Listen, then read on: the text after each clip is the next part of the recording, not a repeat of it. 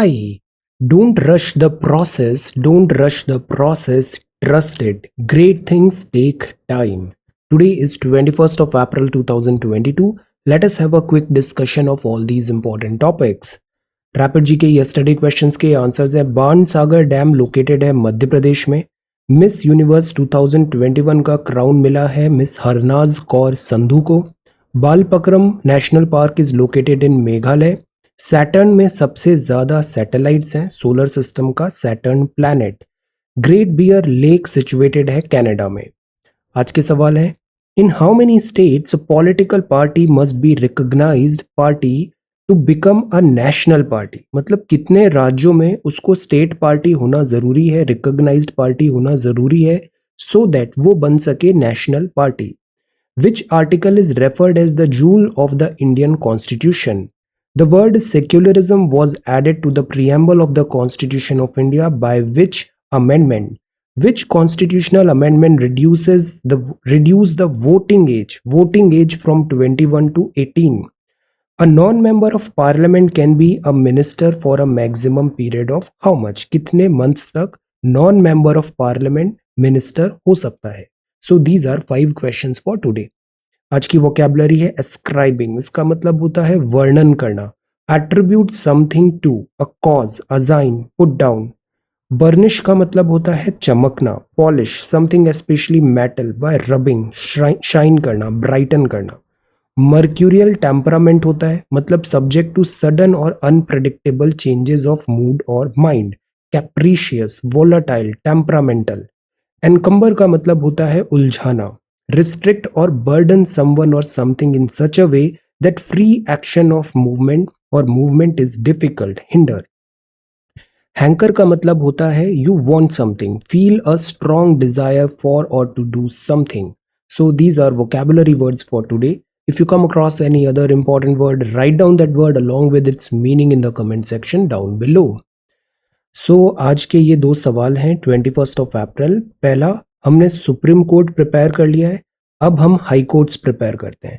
Prepare a note on the high courts of India. इनका jurisdiction क्या होता है, ओरिजिनल ज्यूरिसडिक्शन क्या है, इनका वर्क क्या है, कौन से मैटर में हाई कोर्ट अपने डिसीजंस ले सकती है, इनका relation with respect to supreme court and then subordinate court. Prepare all these things.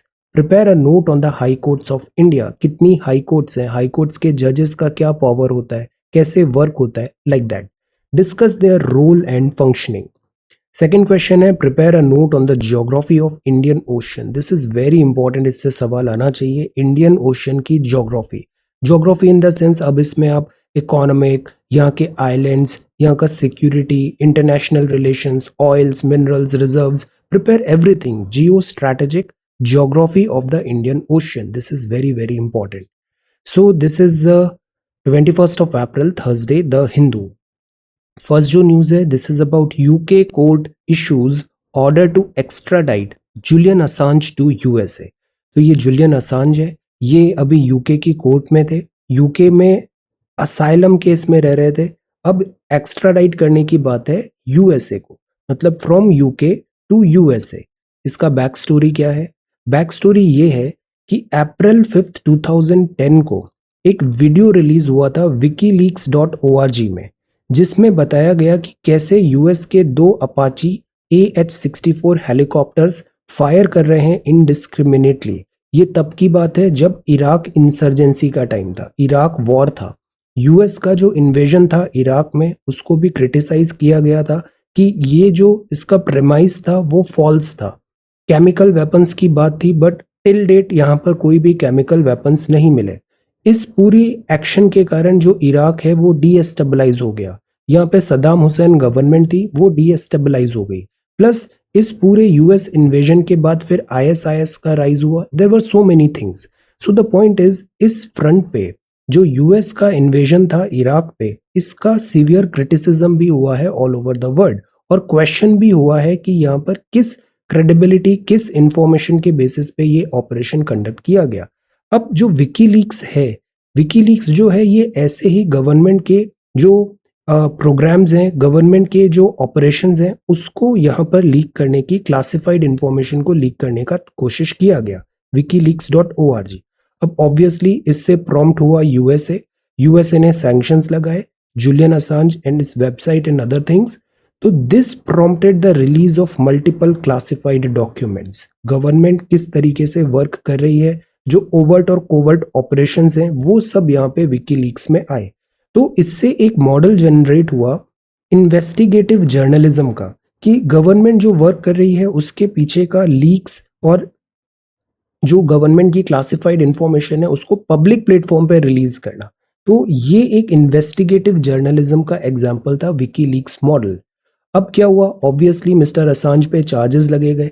Mister Assange, Trump administration ने भी मिस्टर असांज पे चार्जेस लगाए, मल्टीपल अक्यूजेशंस लगे, एस्पियोनेज एक्ट ऑफ 1970 का वायलेशन बताया, जेल हुआ।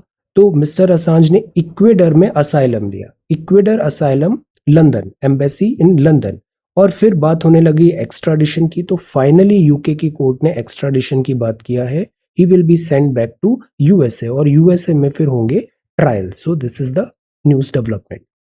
अब जो नेक्स्ट है वो है आयुष थेरेपी। आयुष थेरेपी, तो प्राइम मिनिस्टर साहब ने अनाउंस किया है AYUSH therapy. See, special visa category होगा for those people who want to travel to India और वो आयुष थेरेपी लेना चाहते हैं। जैसे इंडिया में भी केरला का एग्जाम्पल होता है, केरला में ऑयल मसाजेस होते हैं, प्लस केरला में जिस तरीके से हेल्थ केयर पे रिलेटेड एक टूरिज्म मॉडल डेवलप किया है, तो क्यों ना ऑल ओवर इंडिया में Ayush based tourism model develop किया जाए, ये यहाँ का स्कोप है। एक बिग ब्रांड बने, डेकेड वेलनेस सेंटर्स बने, आयुर्वेदा, यूनानी, सिद्धा, ऐसे ट्रेडिशनल प्रैक्टिसेस का, इनको पॉपुलर करें all over the world. Traditional medicine के लिए इंडिया में आने लगेंगे, इससे हमें फॉरेन करेंसी भी मिलेगा। So this will be a good thing. आप एक आंसर दो, अगर कोई फॉरेनर है वो इंडिया में आ रहा है और इंडिया में आके उसने सपोज यहाँ पे कुछ एक्सपेंडिचर किया, तो ये किसकी जीडीपी में कैलकुलेट होगा? सपोज यूएसए का कोई एक पर्सन इंडिया में आके एक्सपेंडिचर कर रहा है, तो it will be counted in the GDP of India और यूएसए। आंसर।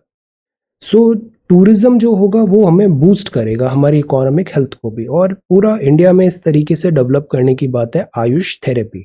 अब ऑब्वियसली फॉरेनर्स आएंगे तो उनको वीजा की जरूरत होगी, तो वीजा है ये आयुष थेरेपी वाला वीजा। ये जो बात है वो है global AYUSH investment and innovation summit का, गांधीनगर में, in the presence of directorate general of the World Health Organization WHO, mister Tedros and prime minister of Mauritius Pravind Kumar Jugnauth. तो ये एक नया अभी डेवलपमेंट है आयुष थेरेपी। अब ये सारी चीजें क्या होती है, ये सारी चीजें जो है ये आइडियाज है।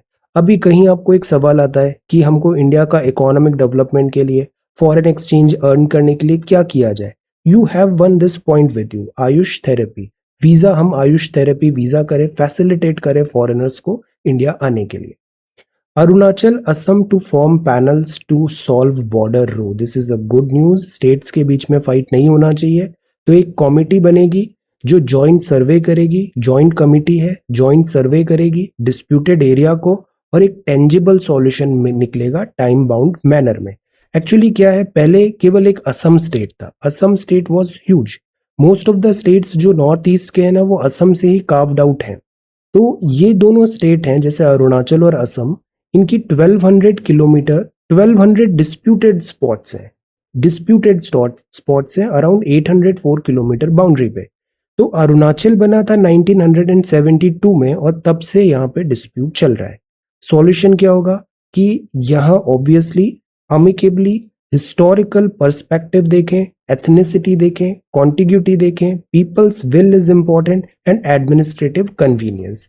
तो इस तरीके से, ये बहुत अच्छी लाइन है, noted down, historical perspective, ethnicity, contiguity, people's will and administrative convenience. इस बेसिस पे यहाँ पे हम ये जो बॉर्डर इशू है अरुणाचल और असम का, इसको सॉल्व करें।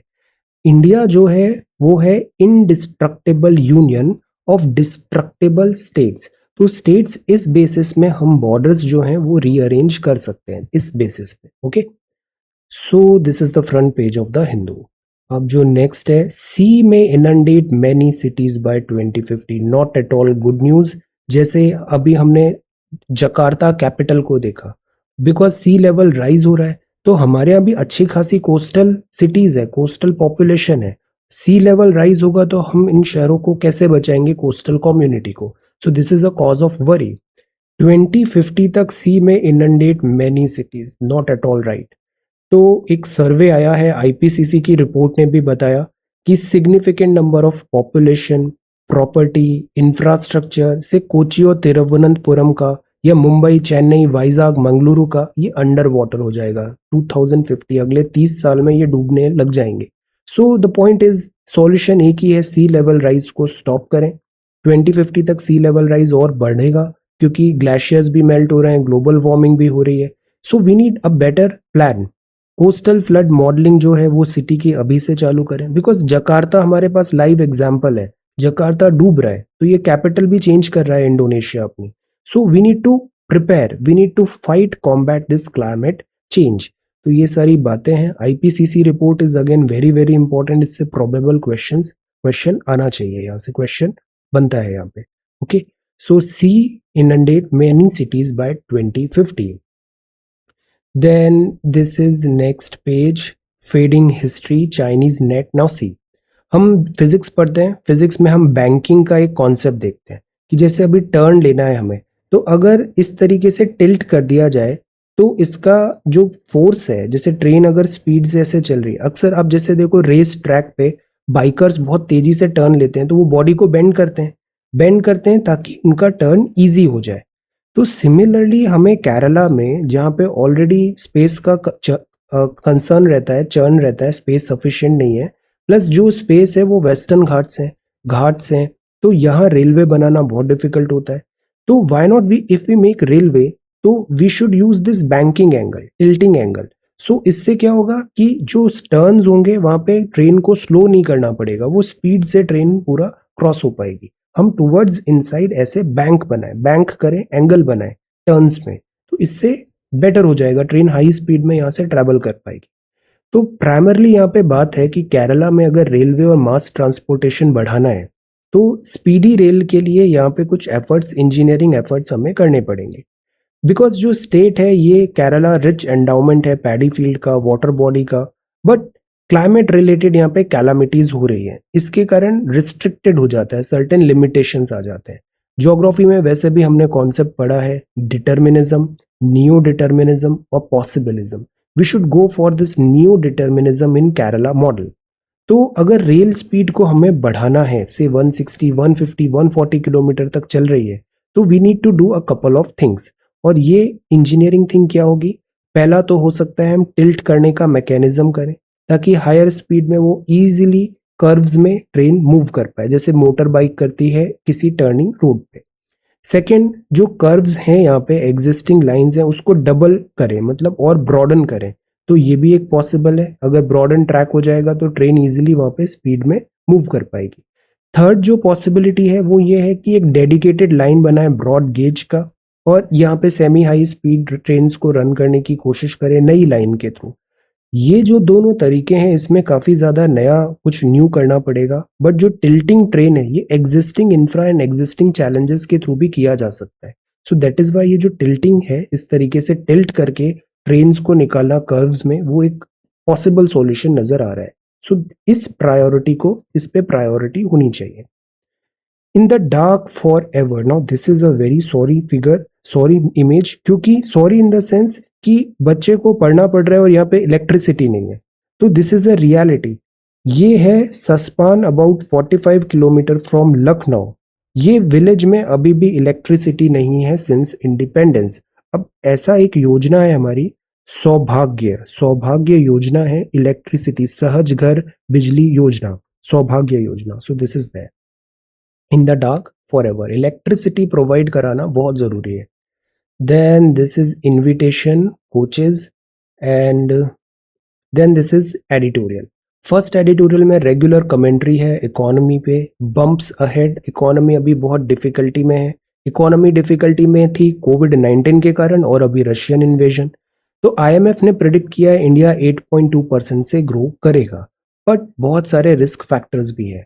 WEO world economic outlook report आई है, आईएमएफ इस रिपोर्ट को निकालता है। इस रिपोर्ट ने बताया है इस इस परसेंटेज से ग्लोबल ग्रोथ हो पाएगी 4.4%।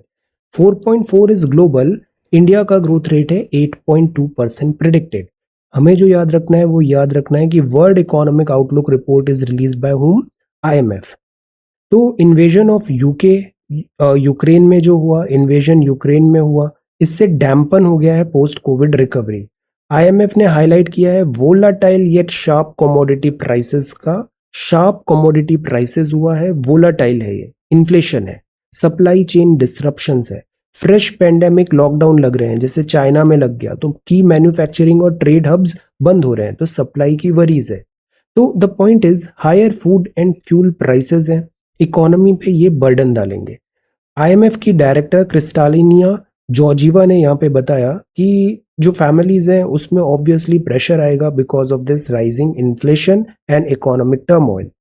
इंडियन पॉलिसी मेकर्स को ऑल हैंड्स ऑन डैक चाहिए, मतलब everybody should focus on one thing and that is to recover economy, to recover, rebound the economy, need all hands on deck, undivided attention to cope with the multiple headwinds, difficult winds, जिसमें कि जैसे है कि हम smoothen कैसे करें interest rate hike को, consumption कैसे बढ़ाएं, फ्रेजाइल फिस्कल जो मैथ है उसको कैसे करेक्ट करें, करेंसी फ्लक्चुएशन को कैसे करेक्ट करें, volatile foreign capital outflow flow हो रहा है, इसको कैसे करेक्ट करें।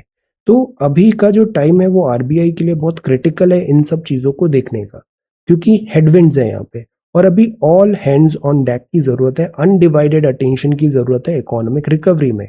इंटरेस्ट रेट का जैसे RBI का स्टेटमेंट है अकोमोडेटिव रेट सब नहीं होगी फॉर अभी ट्रांजिशन अब अकोमोडेटिव से वापस से स्ट्रिंजेंट होने वाला है। देन कंजम्पशन डिमांड कैसे बढ़ाएं, फिजिकल मैथ कैसे ठीक करें, करेंसी फ्लक्चुएशन और कैपिटल आउटफ्लो भी हो रहा है उसका क्या करें, ये सारी चीजें डिसाइड करेगी हमारी इकोनॉमिक रिकवरी।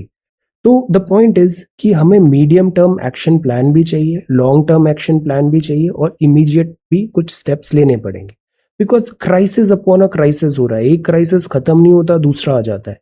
IMF बोल रहा है इससे अनएम्प्लॉयमेंट भी बढ़ रहा है, तो we need to create employment pre कोविड-19 ट्रेंड का। तो द पॉइंट इज कि ऑल्दो ग्लिमर्स हैं, होप है, बट इकोनॉमी में अभी भी डिफिकल्टी है, बम्प्स अहेड। सेकेंड जो आर्टिकल है वो है unfounded apprehension about this act. Now सी, इस बिल को हम काफी दिनों से देख रहे थे, क्रिमिनल प्रोसीजर आइडेंटिफिकेशन एक्ट, ये लीड आर्टिकल है। बिफोर दैट एक आर्टिकल और है चेंज दिस सिचुएशन, ये पाकिस्तान में, पाकिस्तान तालिबान बहुत टर्मोइल चल रहा है इसमें, अभी हम ज्यादा इस पे ड्वेल नहीं करते हैं, it's none of our business. Then unfounded apprehensions about this act. Now see, RK विद साहब ने लिखा है, इसमें ये लिखा है कि ये जो एक्ट है क्रिमिनल प्रोसीजर आइडेंटिफिकेशन एक्ट, ये अब एक्ट बन गया है। पहले हम बिल था, अभी प्रेसिडेंट साहब ने 18 अप्रैल को इसको साइन कर दिया, एसेंट हो गया, तो अब ये एक्ट बनेगा।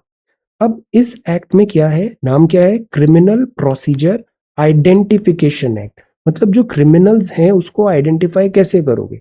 सो देयर वाज अ टाइम जैसे 1920 था, उसमें अगर क्रिमिनल्स को आइडेंटिफाई करना होता तो हम कैसे लेते थे, उनके फिंगरप्रिंट के इंप्रेशंस ले लेते, फुटप्रिंट के इंप्रेशंस ले लेते थे, कॉन्विक्ट और नॉन कॉन्विक्ट पर्सन का। तो ये टाइम था 1920 का। अभी जो टाइम आ गया है उसमें फिंगरप्रिंट इज गुड, बट हम दूसरे बायोमेट्रिक मेजर्स भी ले सकते हैं। तो अभी का जो एक्ट है, नया जो अमेंडमेंट एक्ट आया है, ये फिंगरप्रिंट के इंप्रेशंस तो लेगा, पाम प्रिंट्स लेगा, फुटप्रिंट इंप्रेशंस भी लेगा, फोटोग्राफ्स, आइरिस, रेटिना स्कैन्स भी होगा, बायोलॉजिकल सैंपल्स भी होगा फॉर एनालिसिस। इसके अलावा बिहेवियरल एट्रीब्यूट्स भी होगा, जैसे सिग्नेचर, हैंड राइटिंग, या फिर कोई ऐसा एग्जामिनेशन जो सेक्शन 53A ऑफ CRPC 1973 में मेंशन्ड है। सो द पॉइंट इज, हम क्रिमिनल्स और कॉन्विक्ट्स जो हैं उनका डिटेल्ड एक पूरा डेटा रिकॉर्ड सेट यहाँ पे ले रहे हैं ताकि उनका आइडेंटिफिकेशन ईजी हो, और इसमें बायोमेट्रिक भी बहुत सारा डेटा आ रहा है। सवाल वही उठता है, प्राइवेसी, या फिर इस डेटा का कोई मिसयूज नहीं हो जाए। कई बार जैसे क्रिमिनल्स भी कैटेगरी होती है, अब किसी ने ट्रैफिक लाइट का वायलेशन कर दिया तो वो भी एक काइंड ऑफ लाइक क्राइम है। सो क्या सारे क्रिमिनल्स को एक जगह पे लिया जाएगा, एक तरीके से ट्रीट किया जाएगा, ये सवाल है। प्लस जैसे पॉलिटिकल रैली चल रही है, एट टाइम्स पॉलिटिकल लीडर्स को भी वहां पे प्रिवेंटिव डिटेंशन हो जाता है, तो क्या उनको रेगुलर क्रिमिनल्स की तरह ट्रीट किया जाएगा, क्या उन पॉलिटिशियंस के, जो लीडर्स के, ये सारे डेटा कलेक्ट कर लिए जाएंगे? तो obviously this is a cause of like concern. CrPC provide करता है एग्जामिनेशन अक्यूज का बाय मेडिकल प्रैक्टिशनर। जब ऐसा अरेस्ट वगैरह होता है तो मेडिकल प्रैक्टिशनर, डॉक्टर्स वगैरह एक एग्जामिनेशन लेते हैं जिसमें ब्लड ब्लड है, सीमेन है, स्वॉब्स है in case of sexual offences, या फिर sputum and sweat, hair samples है, फिंगर नेल क्लिपिंग्स है, मॉडर्न साइंटिफिक टेक्निक्स है, डीएनए प्रोफाइलिंग हो रही है, या नेसेसरी टेस्ट हो रहे हैं जो ऑफेंस से रिलेटेड, जो लॉज बता रहा है कि ये टेस्ट लेने पड़ेंगे। सो द पॉइंट इज कि टेक्नोलॉजी तो हमेशा से हम यूज करते आ रहे हैं और यही चीज मतलब फॉरेंसिक्स में काफी ज्यादा यूज होता है, सीआईडी हम सबने देखा है। सो द पॉइंट इज ये जो चीज है इससे चैलेंजेस क्या आएंगे, प्रैक्टिकल चैलेंजेस क्या आ सकते हैं? सेक्शन 311 ए जो है सीआरपीसी का, वो एम्पावर करता है magistrate to direct any person including an accused person to give a specimen signature और handwriting for the purpose. मतलब अब ये भी होता है, हैंड राइटिंग वगैरह से भी हम आइडेंटिफाई कर सकते हैं बिकॉज सबकी हैंड राइटिंग थोड़ी यूनिक होती है। सो इसका भी एक यूज हो सकता है इन्वेस्टिगेशन में। सिमिलरली अब जब बात आती है कि ये सब चीजें हैं, जैसे आपने हैंड राइटिंग से देख रहे हो या आप अपने ही फिंगरप्रिंट से आप डिटेक्ट कर रहे हो, तो ये सेल्फ इंक्रिमिनेशन तो नहीं हो गया? आप खुद के विटनेस तो नहीं बन गए? और ये तो फिर कॉन्स्टिट्यूशन फंडामेंटल राइट्स के अगेंस्ट चला जाता है कि आप सेल्फ विटनेस नहीं बन सकते। आप खुद ही के फिंगरप्रिंट से आइडेंटिफिकेशन हो रहा है तो आप तो सेल्फ विटनेस बन गए। ये सवाल उठता रहता है, बट 1961 में सुप्रीम कोर्ट ऑफ इंडिया ने क्लियर किया था state of Bombay versus Kathi Kalu case में कि जैसे फिंगरप्रिंट हुआ, हैंडराइटिंग हुआ, या फिर थंब इम्प्रेशन हुआ, फिंगर पाम, ये जो चीज है इसको सेक्शन 23 के अंदर नहीं माना जाएगा। Can not be included in expression to be a witness under article 23 of the constitution. तो इस तरीके की जो चीजें हैं, बिकॉज ये जो चीज है ना ये इनवॉलेंटरी है। अब आपका फिंगरप्रिंट है, this is like it is not something कि आप उसको मैनिपुलेट कर सकते हो, तो this will not be considered as to be a witness. Similarly बाद वाले केसेस में भी बताया, जैसे ब्लड सैंपल होता है, डीएनए टेस्ट होता है, हेयर सैंपल होता है, वॉइस सैंपल होता है, ये विटनेस माना जा सकता है अक्यूज्ड का जो है, बिकॉज ये जो है वो इनऑक्यूअस है and do not convey information with in personal knowledge of the accused. आप अक्यूज्ड का ऐसा तो नहीं है कि वो अपना ब्लड सैंपल ब्लड ही चेंज कर देगा कि ए बी पॉजिटिव से बी पॉजिटिव हो गए लाइक दैट। तो दिस टेल्स कि ये जो डेटा होता है, जैसे बायोमेट्रिक जो डेटा है, ये इनऑक्यूअस है, तो इसको ऐसा नहीं करना चाहिए कि अक्यूज्ड खुद ही के बारे में गवाही दे रहा है। No, this is innocuous. ये चीज 1961 में क्लियर हो। अब यहाँ एक्सेप्शन ऐसा होता है, ऐसा नहीं है कि सारा बायोमेट्रिक ओके है। नार्को एनालिसिस को नहीं मानेंगे, पॉलीग्राफी को, ब्रेन फिंगर प्रिंटिंग को सुप्रीम कोर्ट बोलती है ये प्रॉपर गाइडलाइंस के साथ होगा, रिस्ट्रिक्शंस के साथ होगा। Because narco analysis is not like blood sample में हम टेस्ट कर रहे हैं कि ब्लड ग्रुप क्या है और उसके हिसाब से हम क्रिमिनल का टेस्ट कर रहे हैं, इन्वेस्टिगेट कर रहे हैं। दोनों में डिफरेंस है। Narco analysis, polygraphy, brain finger printing जो है, ये सुप्रीम कोर्ट ने बोला था टेस्टिमोनियल कंपल्शन जो है इसका विदाउट कंसेंट है तो वो प्रोहिबिट रहेगा। तो तभी आप देखो नार्को वगैरह ऐसा कोर्ट में इसको माना भी नहीं जाता है अगर वो कंसेंट या बिना प्रोसीजर के हुआ है तो ये 23 जो है सेल्फ विटनेस वाला उसके अगेंस्ट जा सकता है। बट जो डीएनए टेस्ट है या फिर ब्लड टेस्ट है या फिर फिंगरप्रिंट्स है, ये नहीं जाएगा। ये मैसेजिंग है। आईपीए 3 कैटेगरी के पर्सन्स बताता है जिन्होंने क्राइम किया है। Convicts of any offense punishable with rigorous imprisonment for a term of 1 year or upward of any offense which would render him liable to enhanced punishment and subsequent on a subsequent conviction। मतलब ऐसा कोई heinous crime किया हुआ है उसमें अच्छा खासा punishment मिलेगा 1 ईयर और अपवर्ड। देन सेकंड जो होता है वो security for their good behaviour, person order to give security for their good behaviour. Because punishment का पर्पस क्या होता है? पनिशमेंट का पर्पस 3 होता है। पहला पर्पस होता है जस्टिस प्रोवाइड करना, दूसरा पर्पस होता है कि यहाँ पर कॉन्विक्ट जो है उसमें रिफॉर्म लाना, उसको अपनी गलती का एहसास हो और वो सुधार करे। तीसरा पर्पस होता है डेटरेंस, कि लोग डरें कि ये नहीं करना है वरना बहुत बड़ा क्राइम, बहुत बड़ा पनिशमेंट मिलेगा। तो ये चीज रिफ्लेक्ट होनी चाहिए। प्लस कुछ जो ऑफेंसेस होते हैं जिसमें रिगरस इम्प्रिजनमेंट है for a term of 1 years और अपवर्ड। तो द पॉइंट इज सारे क्रिमिनल्स को हम एक जैसा नहीं मान सकते। पॉलिटिकल रैली चल रही है, पॉलिटिकल रैली में किसी लीडर को अरेस्ट कर लिया, अब वो leader is not equivalent to some hardcore जो क्रिमिनल है, so there has to be certain certain discretion होना चाहिए यहाँ पे। तो act does not explicitly bar taking measures of juvenile. अब बात करें जुवेनाइल का, जुवेनाइल अगर क्राइम करते हैं तो क्या उनका भी पूरा डेटा ऐसा लिया जाएगा? तो एक्ट ने ऐसा बार किया नहीं है, डेटा ले सकते हैं, but destruction of record of conviction under the act shall apply. तो जुवेनाइल जो होता है वहां पे हम थोड़ा स्पेशल एम्फेसिस करते हैं, बिकॉज बच्चों का सुधार होने के चांसेस ज्यादा होते हैं, तो जुवेनाइल में ऐसा लीनियंसी हो सकता है। अब बात ये आती है कि टेक्नोलॉजी इज गुड, टेक्नोलॉजी का यूजेज होना चाहिए, टेक्नोलॉजी से पुलिसिंग एफिशिएंट हो पाएगी। The use of better technology will only help in minimising the probability of errors. जैसे कि एक सीसीटीएनएस है। What is CCTNS? जितने भी थाने हैं वो सब आपस में कनेक्टेड हो जाएंगे, डेटा शेयरिंग होगा, एक जगह एफआईआर है वो सब जगह नजर आएगी। तो crime and criminal tracking network and system, तो इससे एनफोर्समेंट एजेंसी को बहुत हेल्प मिला है। कोई भी, जैसे एक बच्चा अगर मिसिंग है, अगर हमें से दिल्ली में मिला, तो सारे थानों में तुरंत उसका फोटो चला जाएगा, इंफॉर्मेशन चला जाएगा, और सारे थाने एक्टिवेट हो जाएंगे और सर्च एंड रेस्क्यू स्टार्ट कर देंगे। तो this brings efficiency. Persons with found person, unidentified body है, matching loss, stolen mobile phone है, व्हीकल्स हैं, रिकवर्ड फोन्स हैं, हैबिचुअल क्रिमिनल्स हैं, या फिर इंटर स्टेट कोई गैंग है, इस सब चीजों में सीसीटीएनएस ने बहुत अच्छा वर्क किया है। So this is really good. So the idea is technology जो है ये इतना एप्रीहेंसिव नहीं होना चाहिए, although checks and balances required है, टेक्नोलॉजी का मिसयूज नहीं हो, but now criminal procedure identification is an act. और ये जिस तरीके का एक्ट है ना, इससे एमसीक्यू बनने के चांसेस बहुत ज्यादा है, इससे मल्टीपल चॉइस क्वेश्चंस बन सकते हैं।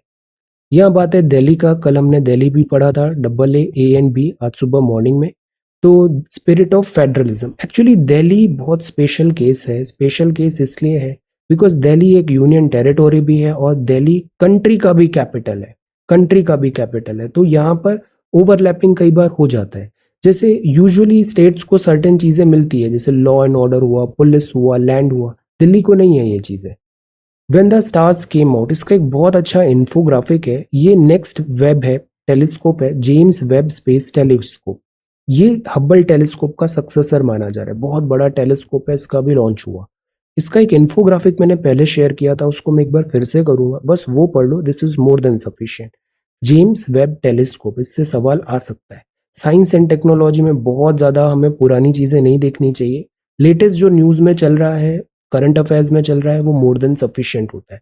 But still science and technology, ये current affairs is good, but पहली प्रायोरिटी मैं हमेशा सबको यही बोलता हूँ, अपनी पॉलिटी ठीक करो, ज्योग्राफी ठीक करो, हिस्ट्री ठीक करो, इकोनॉमिक्स ठीक करो। ये फाउंडेशन होता है, ये फाउंडेशन होता है। अब इसके ऊपर करंट अफेयर्स हम बिल्ड करते हैं, this is the foundation. Climate emergency है एंड टेक्स्ट एंड कॉन्टेक्स्ट है, defence manufacturing good, self reliant होना जरूरी है, nuclear plant, Netflix, living on the edge, ये जूलियन असांज है। यूजीसी रेगुलेशन, अब क्या है, जैसे डुअल डिग्री की भी बात है, यूजीसी और जैसे फॉरेन यूनिवर्सिटी है वहां पे जॉइंट डुअल डिग्री प्रोग्राम कैसे हो, ये चीज यहाँ पे बताइए। जो डिग्रीज हैं इसको भी यहाँ ध्यान रखने की जरूरत है कि जो फेक है या फिर जो रिकॉग्नाइज्ड नहीं है डिग्रीज, इस सब के ऊपर भी एक सर्टेन मॉनिटरिंग रिक्वायर्ड है यूजीसी का।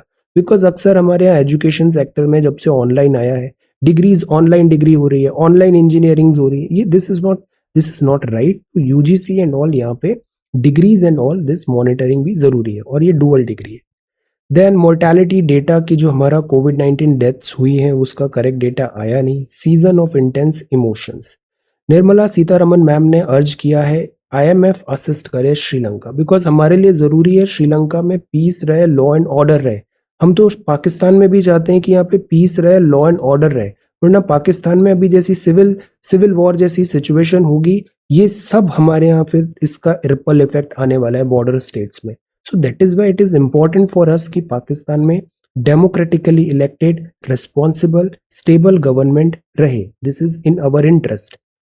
वॉर में dominate Johnson's agenda, Boris Johnson अभी इंडिया आए हुए हैं but he won't seek a tougher line. Prime minister साहब ने न्यू प्लान्स लॉन्च किए गुजरात में ट्राइबल एरियाज। जजेस नाउ सी, हमने एक न्यूज देखा था जिसमें ये बताया गया था, सुप्रीम कोर्ट जज ने कहा था कि गवर्नमेंट जो इनको कोई एविडेंस भी दे रही है, रीजंस भी दे रही है सर्टेन केस से रिलेटेड, वो एनवलप में नहीं दे। एनवलप मतलब क्लोज्ड नहीं दे। क्लोज्ड में क्या होता है, गवर्नमेंट ने बता दिया सुप्रीम कोर्ट को कि इस पर्सन को यहाँ पे रोकना है या फिर बेल नहीं देना है, और रीजन फिर पब्लिकली नहीं बताया, केवल जज साहब को एनवलप में भेज दिया। तो इससे क्या होता है, कोर्ट की ट्रांसपेरेंसी पे सवाल उठते हैं। अब ये भी जरूरी है कि जो बेल डिसीजन है, आपने मना किया या यस किया, प्रोवाइड रीजंस कि यस है तो क्यों है, नो है तो क्यों है, this should be provided. Then TV debates do not decide pending cases. TV debate को कभी भी सीरियसली नहीं लेना चाहिए, this is more of a comedy. Then this is this thing, amid case spike mask mandate back in Delhi. See, mask is back, कोविड-19 cases बढ़ रहे हैं फिर से। Then non payment of MG NREGA wages. अब ये एमजी नरेगा है, कई बार हमने इस पे आंसर राइटिंग किया, very important topic, MG NREGA. ये न्यूज अच्छी है। INS Vagsheer being launched at Mazagon dock yard on Monday, so this is good. Scorpene, sixth Scorpene है, टेक्स टू वाटर। तो ये सिक्स्थ और last French Scorpene class submarine है INS Vagsheer. ये लॉन्च हुआ है मजेगांव डॉक्स इन मुंबई में, so this is really really good. ये 6 सबमरीन्स थी और ये प्रोजेक्ट था 75, प्रोजेक्ट 75। नाम क्या था, मजेगांव डॉक से प्रोजेक्ट 75। इसमें ना टेक्नोलॉजी ट्रांसफर भी हो रहा था। कुछ 3.75 बिलियन का ये प्रोजेक्ट था और इसमें फ्रांस के थ्रू टेक्नोलॉजी ट्रांसफर था और हम खुद अपनी सबमरीन्स बना रहे थे इन सारी सबमरीन्स का। ये 6 सबमरीन्स हैं। तो देखो, ये अक्टूबर 2005 में प्रोजेक्ट साइन हुआ। आईएनएस कलवरी कमीशन हुई 17 में, आईएनएस खांदेरी हुई, देन आईएनएस वागिर हुआ, आईएनएस करंज हुआ, आईएनएस वेला हुआ। ये सब चीजें यहाँ पे हुआ, लॉन्च हुआ। INS Vagir is undergoing sea trial now. INS Vagir अभी अंडरगोइंग सी ट्रायल नाउ। तो डीआरडीओ वगैरह, this is really good because इससे हम खुद की टेक्नोलॉजी डेवलप कर रहे हैं। अभी हम इंडिजिनस कन्वेंशनल सबमरीन्स भी बनाएंगे। सबमरीन्स बहुत इंपॉर्टेंट है क्योंकि आज हम इंडियन ओशन का ज्योग्राफी भी देखेंगे। ये सबमरीन का ड्यूटी इतना इजी भी नहीं होता है। One of my friend is here, वो बहुत डिफिकल्ट होता है इसमें, लाइक स्पेस का बड़ा क्रंच होता है, स्पेस का बहुत क्रंच होता है यहाँ पे, बिकॉज आपको बहुत सारे इक्विपमेंट्स फिट करने होते हैं। तो like it is not like कि very comfortable, it is very very challenging task होता है सबमरीन में सारे ऑपरेशंस करना। प्लस आप सबमरीन लेके जा रहे हो, यूजुअली जैसे न्यूक्लियर सबमरीन तो होती है, वो तो कोई ऐसा फिक्स नहीं है कितने दिनों में उसको वापस लाना है। बट ये जैसे डीजल सबमरीन एटसेट्रा होती है, इनको से 30 डेज, 15 डेज, 14 डेज का ऐसे ट्रायल। तो वो जो पीरियड होता है सी के अंदर हो आप, like this is really really challenging. Sixth Scorpene takes to water. Navy chief unveils joint navigation chart in Maldives. तो नेवी और Indian ocean focus. Russia closes in on Ukraine. Black box नहीं मिला, बहुत डैमेज हो गया था चाइना। रशिया ने सरमत ballistic missile capable अभी लॉन्च किया, टेस्ट किया। गवर्नमेंट वीक करने चाह रही है ई कॉमर्स पोर्टल के रूल्स, ताकि लेवल प्लेइंग फील्ड मिले जो ऑफलाइन रिटेलर है और ऑनलाइन रिटेलर को।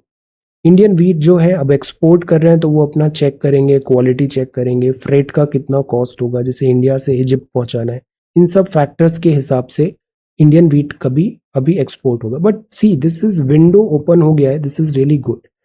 HDFC domestic air passenger 28%, Nidhi company rule amend हुए, ऑयल प्रोडक्शन डिक्लाइन हुआ, वीट का प्रोक्योरमेंट भी ड्रॉप हुआ 32%। Now look at this picture. Small gear demand rise, market shift in farming. So this is really good. Small gear. जो mechanisation of agriculture है, this is very important. Mechanisation, जैसे आजकल drones इतने effective हो गए, farmers इतना smartly drones को use कर रहे हैं, स्प्रे, पेस्टिसाइड स्प्रे करने के लिए, सीड्स डिस्ट्रीब्यूट करने के लिए, एटसेट्रा। तो ये जो मैकेनाइजेशन है, this is a good thing. इससे क्या होगा, एफिशिएंसी बढ़ेगी agriculture. Then this is sports, alright. So ये है the Hindu newspaper. Indian Express हमें करना चाहिए एक्चुअली, वीडियो लेंथ हम बिकॉज आंसर राइटिंग में भी इसमें इंक्लूड कर रहे हैं। सो वीडियो लेंथ फिर ओवर 1 आवर हो रहा है, सो वो बहुत फिर डिफिकल्ट हो जाता है। So this is 19th of April answer discussion. पहला एंटी डिफेक्शन था, रिफॉर्म्स बताने थे। National animal of India Panthera tigris पे, बंगाल टाइगर पे हमें एक नोट बनाना था। ये एंटी डिफेक्शन लॉ हमने रिवीजन क्लास में भी देखा है, this is important. Revision class में और कौन से टॉपिक्स आपको पढ़ने हैं आप बताओ, मैं उसको इंक्लूड करूंगा। सारे इंपॉर्टेंट टॉपिक्स हम जल्दी जल्दी कवर करते हैं, okay. So let us begin. इसको सॉर्ट बाय ओल्डेस्ट करते हैं। ऑल राइट, सो पहला आंसर लिखा है आशा ने, as usual fantastic answer, anti defection law. कितना सिंपल अप्रोच है। एंटी डिफेक्शन एक्ट क्या होता है? ये एंटी डिफेक्शन एक्ट होता है। ग्राउंड्स क्या है? ये सारे ग्राउंड्स हैं, 1 2 3 4 5। अब आपने बुक कई बार पढ़ा होगा, पर जब आप लिखोगे ना तो चीजें ज्यादा याद रहती है, इसलिए लिखने के लिए हमेशा एम्फेसाइज किया जाता है। ये 5 पॉइंट्स हैं और साइमल्टेनियसली आपके नोट्स भी तैयार हो गए। कुछ महीनों बाद आप अपने ये नोट्स देखोगे, आपको इतना कॉन्फिडेंस आएगा कि मैंने वाओ कितनी सारी पढ़ाई कर रखी है। सो ओवरऑल ये पूरा जो प्रोसीजर है ना, ये बहुत इफेक्टिव प्रोसीजर है। Old school is a good school, okay, old school is a good school, don't run after fancy things, old school is a good school. Right, pen and paper. अब देखो 85 से बताया, सी कितना है? एक सिस्टमेटिक होता है, डिसिप्लिन आता है, थोड़ा ठहराव आता है पढ़ाई में, दिस ऑल थिंग्स वर्क्स, बहुत अच्छे इसके रिजल्ट्स मिलते हैं। Okay, evaluation of the act बताया, सी हेडिंग सब हेडिंग, एडवांटेजेस क्या है, क्रिटिसिज्म क्या है। अब क्रिटिसिज्म पार्ट एम्फेसाइज करना था करंट अफेयर्स की बैकिंग में, कि स्पीकर क्या, स्पीकर जो है क्या वो केपेबल हैं डिसीजन लेने के, लाइक दैट। फिर इश्यूज बताए, चैलेंजेस बताए, कंट्रोवर्सी भी बताया, सो दिस इज गुड। अब यहाँ पे कमिटीज भी है, Dinesh Goswami suggestions for reform, very nice. कितना होलिस्टिक एंड होलसम आंसर है ये, this is really really good. फिर अमेंडमेंट क्या हुआ था एंटी डिफेक्शन एक्ट में, like that, merger and split. Royal Bengal tiger, so ये Indian panthera tigris, this is royal Bengal tiger. कहाँ मिलता है? नेशनल एनिमल है। इसके फीचर्स हमने बताए, साइंटिफिक, अब हमने डिफरेंट डिफरेंट पूरा ये भी बता दिया, सब स्पीशीज कहाँ मिलता है ये, लाइफ स्पैन कितना होता है। प्रोजेक्ट टाइगर, ये बहुत इंपॉर्टेंट है, इससे सवाल आता है, एनटीसीए से सवाल आता है, टाइगर सेंसस, टाइगर फेवरेट है, टाइगर्स इन इंडिया। सो ये सारी चीजें, ऑल इंडिया टाइगर एस्टिमेशन, अभी रिसेंट सेंसस हुआ, गवर्नमेंट के एफर्ट्स, जैसे एम स्ट्राइप्स पे क्वेश्चन आया, T x2 इस पे आया, GTI पे क्वेश्चन आया, हर साल सवाल आता है इससे। 1973 कुछ फैक्ट्स भी बताया, तो सी हमको टाइगर के बारे में जानना मिला। अवर पर्पज इज सॉल्व्ड, हमने इस एक्सरसाइज का जो पर्पज था वो हो गया, this is really good. Ratna Priya, this is again so good, आपकी कॉपी भी बहुत अच्छी होती है। 52nd अमेंडमेंट बताया, फिर आपने बताया act, vision, 10th schedule, grounds, पर इसी से एमसीक्यू बन जाएगा और जो हमारा सॉल्व भी हो जाएगा अच्छे से, गुड।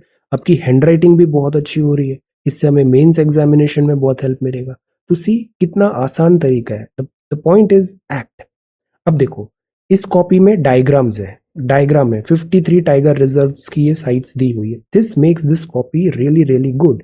जहां डायग्राम और मैप आता है वो कॉपी बहुत अच्छी होती है। टाइगर इन इंडिया कंजर्वेशन, मतलब कंटेंट भी होना चाहिए, but diagram, flow chart etcetera भी होना चाहिए। This is again so good, कितने अच्छे से बताया, progress, very nice. Priyanka, this is again so good, शुरुआत किया, 10th शेड्यूल क्या है, प्रोविजंस क्या है, सीधा हेडिंग, सब हेडिंग, डिसाइडिंग अथॉरिटी, चैलेंजेस क्या है, एडवांटेज डिसएडवांटेजेस, रिफॉर्म्स, फिर सी लॉ कमीशन की report, constitutional review and way forward, very good. So this is really really good. अब सी यहाँ भी मैप है, जिस कॉपी में मैप है वो अच्छी कॉपी होती है। So this is national animal tiger का मैप, ये सारे टाइगर रिजर्व्स देखो एक ही शॉट में हमने ये सारे टाइगर रिजर्व याद कर लिए। तो we you have to put some effort, हम इतना स्मार्टली और इतना एफिशिएंटली पढ़ रहे हैं कि हम एक काम करते हैं और उससे मिलते जुलते 8-10 काम हमारे साइमल्टेनियसली कंप्लीट हो जाते हैं। मैप ड्रॉ हो गया, सारे टाइगर रिजर्व्स हमें याद हो गए, टाइगर के बारे में पता चल गया, सच अ गुड थिंग। ये पूरा पढ़ने में हमें 1 हफ्ता लग जाता, बट हमने एक दिन में कर लिया, such is our speed, but you have to put some efforts. फिर सब स्पीशीज बताया आपने, सी, और आप खुद से कर रहे हो ना तो इंटरेस्ट डेवलप होगा, इंटरेस्ट आपको, treat it like a game, sport, interest develop होगा, आप ऑटोमेटिकली बहुत अच्छा करने लग जाओगे। Meenu, this is so nice, day 54, awesome consistency, awesome quality, tigers in India बताया, सिग्निफिकेंस, वेरी नाइस, बहुत अच्छे से ये सारे आपने, जैसे अभी रिसेंट कहाँ पर न्यूज में है etcetera, very good.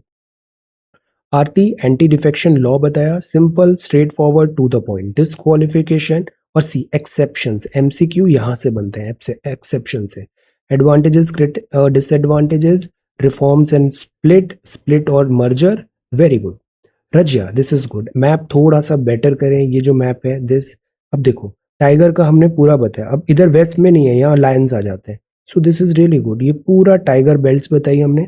taxonomical nomenclature, then conservation status, history, present day. See, this is such a good diagram. Significant. अब देखो ये स्ट्राइप्स हैं, ये जो स्ट्राइप्स हैं, ये जो स्ट्राइप्स होती है, क्या अगर हम टाइगर को जैसे शेव कर दें तो क्या स्ट्राइप्स दिखेंगी? मतलब इट इज ऑन फर और इट इज ऑन स्किन, ये जो स्ट्राइप्स है। और एक मेलानिस्टिक टाइगर होता है। Answer, what is melanistic tiger? Okay, जैसे पैंथर और ब्लैक पैंथर वगैरह। तो व्हाट इज मेलानिस्टिक, ये भी काफी न्यूज में था। उड़ीसा के कुछ पार्क है, वहां पे ऐसे ब्लैक कलर के टाइगर्स मिल रहे हैं, तो उनकी ये जो स्ट्राइप्स है वो काफी वाइड होती जा रही है, black stripes. So answer, so this is significant feature, tigers left. फिर इसके बाद कैसे ट्रैक करते हैं, थ्रेट्स क्या है, NTCA project, M stripe. Very good Priyanka, 52nd CAA बहुत अच्छे से तैयार करना था, सारे इंपॉर्टेंट पॉइंट्स हो गए यहाँ पे। Very good, very very nice. और क्रिटिसिज्म भी हो गया। Very good, first step towards cleaning up public life. Then reasons 91st क्यों हुए, स्प्लिट और मर्जर में डिफरेंस, नया वाला। Very nice, very good. Anti defection Razia, this is really good. Constitutional provisions बताए, see the presentation really good. फिर 10th schedule के presentation, advantages, challenges, loophole, see loophole का फायदा उठाया जाता है। 91st and way forward, very nice. Shubham, very good answer once again. Consistency बहुत अच्छी है, क्वालिटी भी बहुत अच्छी है। Anti defection 91st, provision of the act बताए, सी such a simple approach and doable. Practical copy होती है जो एक्चुअली में आप एग्जाम में ऐसा लिख सकते हो। Rule making exception 91st provision, very nice. Critical analysis and see verbosity भी नहीं है, प्रिसीजन है बहुत ज्यादा। और कैसे हुआ, practice, practice and more practice. Panthera tigris, this is again so good, very nice. Bohor Singh, then this is protection status, global, M stripe, TX2, GI, GITS, very nice, very good.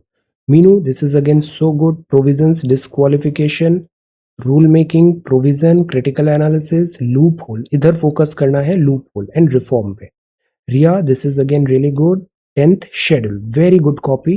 Anti defection law क्या होता है, straight forward 1 2 3 4. Effectiveness good और bad, now see this style, good. Reforms की जरूरत है, very nice. Then this is panthera tigris, facts आपने बताए। देन इसके बाद project tiger, reserves, threat, and इसको थोड़ा और इलेबोरेट करें बिकॉज टाइगर से हर साल एक सवाल आता है। टाइगर के बारे में learn as much as you can, learn about tiger. Ram Naresh, this is again so good, you are very hard working, very systematic, और आप बहुत अच्छा करने वाले हो एग्जाम में। तो this is anti defection, current क्या अभी स्टेटस चल रहा है, provision, look at the style, this is so holistic, very nice. Advantages, then 91st reason, provision, Lok Sabha, और इसको रिवाइज करना है बच्चे से। This is Bengal tiger, Bengal tiger का kingdom, Priyanka, this is really good. Threat, conservation, project tiger, objectives, then way forward, very nice. Rashmi, this is again so good, copy बहुत अच्छा है आज का। सी प्रेजेंटेशन भी अच्छा होना है हमें, कंटेंट प्रेजेंटेशन दोनों का कॉम्बिनेशन, बेस्ट कॉम्बिनेशन बनाना है। तो सी आज का कितना अच्छा लग रहा है कॉपी। एंटी डिफेक्शन, फिर इसके बाद अब see keyword Aaya Ram Gaya Ram, very good. Then इसके बाद प्रेजेंट सिनेरियो, सी बहुत ऑब्जेक्टिवली हमने प्रिसाइजली सारी चीजें किया। एग्जाम्पशंस बताए हमने, अभी प्रेजेंट सिनेरियो क्या है, इंपॉर्टेंट दिस जजमेंट बताए, वेरी गुड। ये जजमेंट बहुत इंपॉर्टेंट होते हैं, इससे क्या होता है आपका कॉपी में बैकिंग अच्छा लगता है कि फैक्ट बेस्ड है, ऑब्जेक्टिव आंसर लिखा है, गुड। देन डी मेरिट्स बताए, the need for anti defection law के मेरिट्स क्या है, वे फॉरवर्ड। अब वे फॉरवर्ड में अपना टैलेंट दिखाना चाहिए, रिफॉर्म्स बताओ, सॉल्यूशन बताओ, कैसे इस प्रॉब्लम को हम ओवरकम कर सकते हैं। Anthony, this is really good, news में क्यों है ये anti defection, very good start, इससे पता चलता है अभी क्या डिफिकल्टीज है। की पॉइंट्स बताए आपने 1 2 3, see such a good style, 1 2 3 4 9 grounds of disqualification, related issues. अब हम जो भी कॉपी लिख रहे हैं इसको अच्छे से संभाल के रखना है, ये पेजेस घूमने नहीं चाहिए, और इसको रिवीजन भी करना है। इतनी मेहनत से आप बना रहे हो, इसको अच्छे से स्पाइरल करो, फोल्डर के अंदर रखो। Then this is about animal, तो ये बहुत इंपॉर्टेंट है, रॉयल बंगाल टाइगर, इसके बारे में बहुत अच्छे से हमें हर चीज जानना है बिकॉज इससे सवाल आना ही आना है। Royal Bengal tiger, to learn as much as you can about Royal Bengal tiger, इसका एफर्ट, इसकी पॉपुलेशन, इसकी कैरेक्टरिस्टिक्स, एवरीथिंग, गवर्नमेंट इनिशिएटिव्स। सी सारे नेशनल पार्क्स आपने 1 बाय 1 सारे कर दिए, ओके। अरुणाचल प्रदेश के जो नेशनल पार्क्स है ना, ये भी कई बार आए हैं अभी एग्जाम में, यहाँ पे टाइगर रिजर्व्स एक्सेट्रा। अब ये 53 टाइगर रिजर्व्स आपने बताए। excellent. This is really, really good. Very good. Very hardworking. Excellent. Shubhangi, this is good. Such a good map, good and simple and to the point. Very nice. This is really good. Map work आपका बहुत अच्छा है. Geography is really, really good. Common IUCN, very good. Threat, Tiger Reserve. See the presentation style, so nice. अब इस एक exercise से हमें पूरे इंडिया के टाइगर रिजर्व्स पता लगे. सी this is so good. Core area, buffer area, parts of tiger reserve, project tiger, NTCA ये बहुत इंपॉर्टेंट है. फंक्शन कैसे करता है, और अभी लेटेस्ट और कौन से इनिशिएटिव्स हैं. टाइगर सेंसस भी लिखना है यहाँ पे. Dhanakshi, this is again really good. See हमने सारे टाइगर रिजर्व्स पढ़ लिए हमें. This is really really good. फिर इसके बाद जाना हमने टाइगर किंगडम कहाँ मिलता है. Tiger is very beautiful and Majestic animal. Tiger census की स्टोन स्पीशीज, तो इसके बारे में अब गवर्नमेंट इनिशिएटिव्स वगैरह भी हमें रेडी करने हैं. Sagar, this is again so nice. Disqualification आपने बताया, एंटी डिफेक्शन एक्सेप्शन, इससे सवाल बनता है और ये बहुत न्यूज में भी है. पॉलिटी का सबसे हाई यील्डिंग टॉपिक है आज की डेट में ये anti defection law. So this is really really good. 91st merger reforms कौन से होने चाहिए etcetera. Okay, so these are the submissions. Alright, तो आज बस हमें ये दो तैयार करना है और ये दो होंगे